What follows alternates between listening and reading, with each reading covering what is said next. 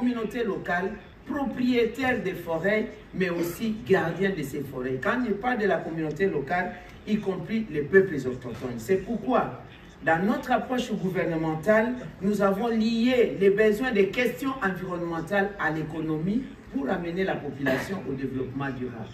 Vous savez que nos ressources naturelles, au moment où nous parlons, minute par minute, seconde par seconde, 24 sur 24, continuent à rendre service à l'humanité. C'est pourquoi nous parlons de la RDC, pays solution. Mais entre-temps, cette population qui vit dans la forêt et qui se nourrit de la forêt a besoin d'avoir les moyens de l'alternative pour son vécu quotidien.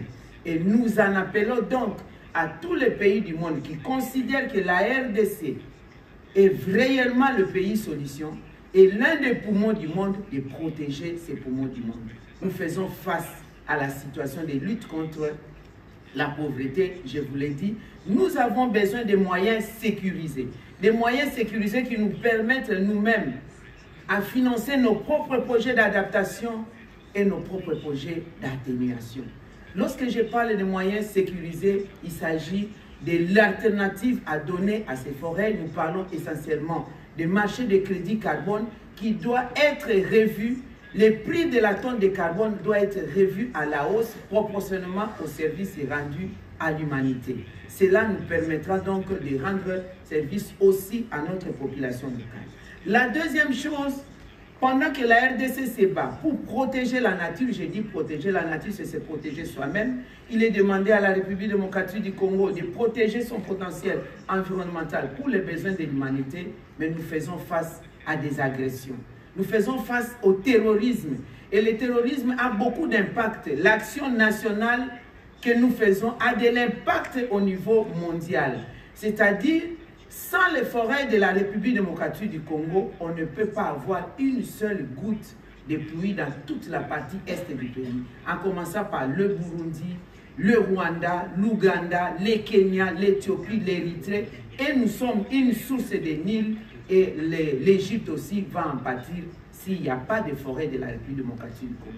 Mais entendez-vous bien, ça fait plusieurs décennies aujourd'hui que la RDC fait face au terrorisme et soutenue justement par les pays qui bénéficient de l'apport de la République démocratique du Congo, notamment le Rwanda.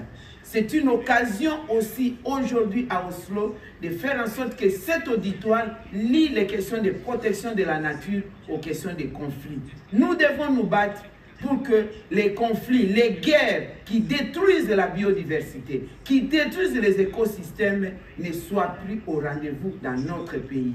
Et surtout pour la République démocratique du Congo qui protège le monde.